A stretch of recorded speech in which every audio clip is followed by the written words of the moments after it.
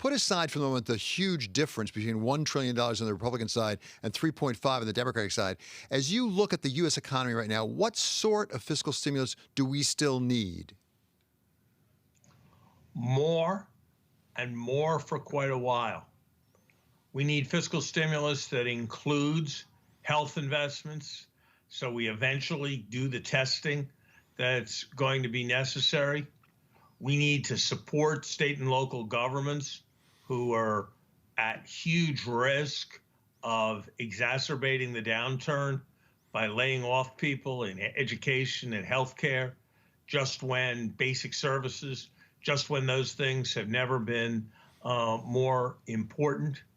We need to take advantage of this moment of epically low interest rates and super high unemployment to better maintain and reinvest in the infrastructure of our country.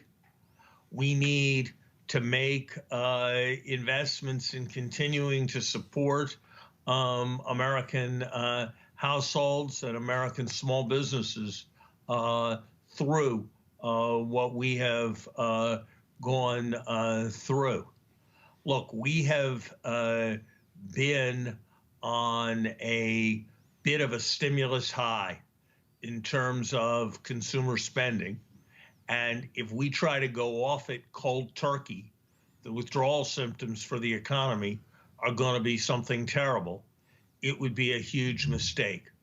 We need a protracted fiscal infusion into the economy that tapers off fairly gradually, measured with the progress in health conditions enabling people to come to work.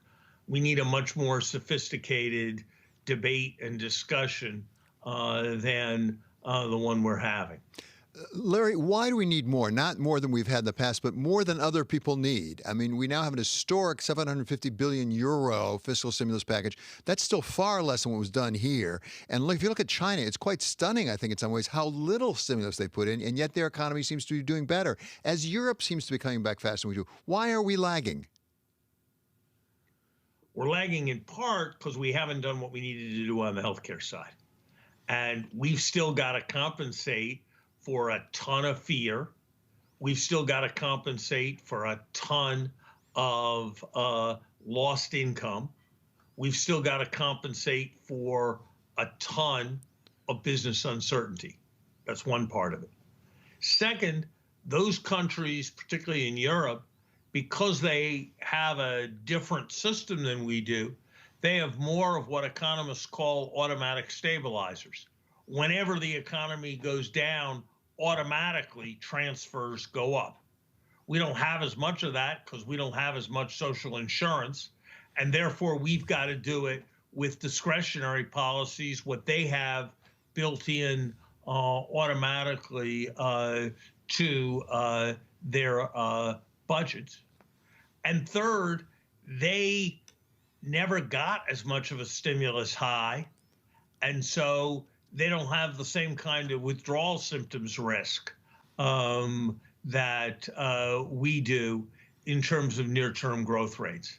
Those would be the considerations that seem most important to me. Right. But look, I think this is ultimately not a complicated calculus, because policy is about risk avoidance. If we spend too much, maybe the inflation rate will creep from 1.5 to 2%, which after all is the Fed's objective. Maybe we'll have a little more debt because we borrowed at an interest rate that was way below 1% on average. If we spend too little, maybe the economy tips into a W pattern and we have another recession that gets people long-term out of work to the point where it's hard for them to come back, that causes corporations to cut their R&D budgets, their investments in the future, that reduces the level of capital formation. You know, if you look, the cohorts of kids who came out of college and came out of high school in 1982 when we had a serious recession, in 1991 when we had a serious recession, in 2001 when we had a recession, in 2009 when we had a serious recession. All of them were worse off a decade or more later. And so avoiding another downturn has to be the right policy. Maybe we'll take out a little more insurance than we need.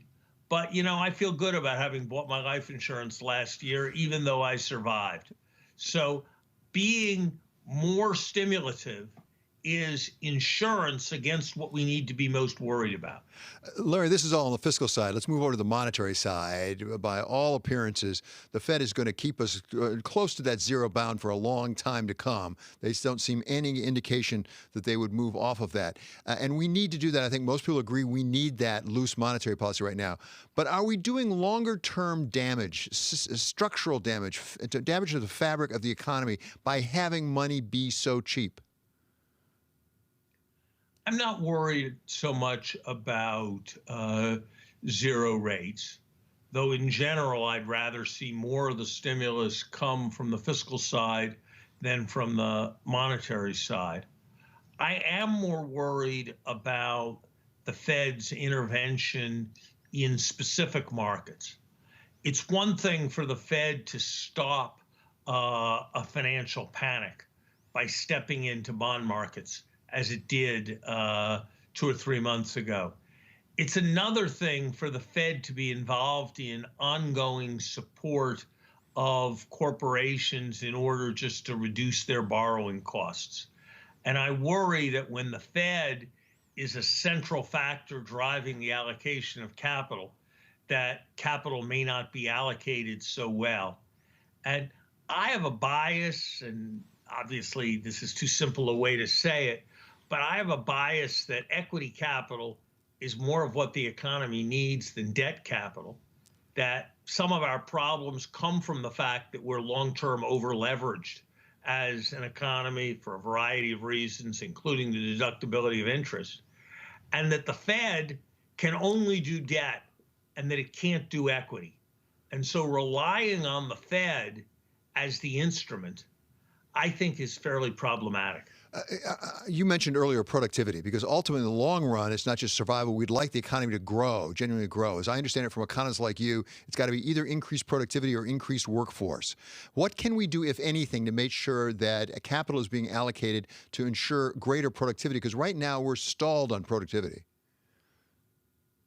So a lot of that comes back to supporting innovation and supporting research and development, and it comes back to the education of our workforce, and it comes back to issues around STEM education and the like, because at root, productivity is heavily about technology, the ability to comprehend it, and the ability to apply it. But another part is this distinction that I was drawing between equity and debt capital, David. It's equity capital that funds the next Google or the next Amazon, and it's debt capital that funds the next repurchase of shares and flipping of a company from one private equity company to another private equity company. And I think we can all agree which one we need more of. So in general, I'd like to see us find ways of putting more emphasis on equity and less emphasis on leveraging. And I think those financial changes would, over time, make a contribution to a healthier economy.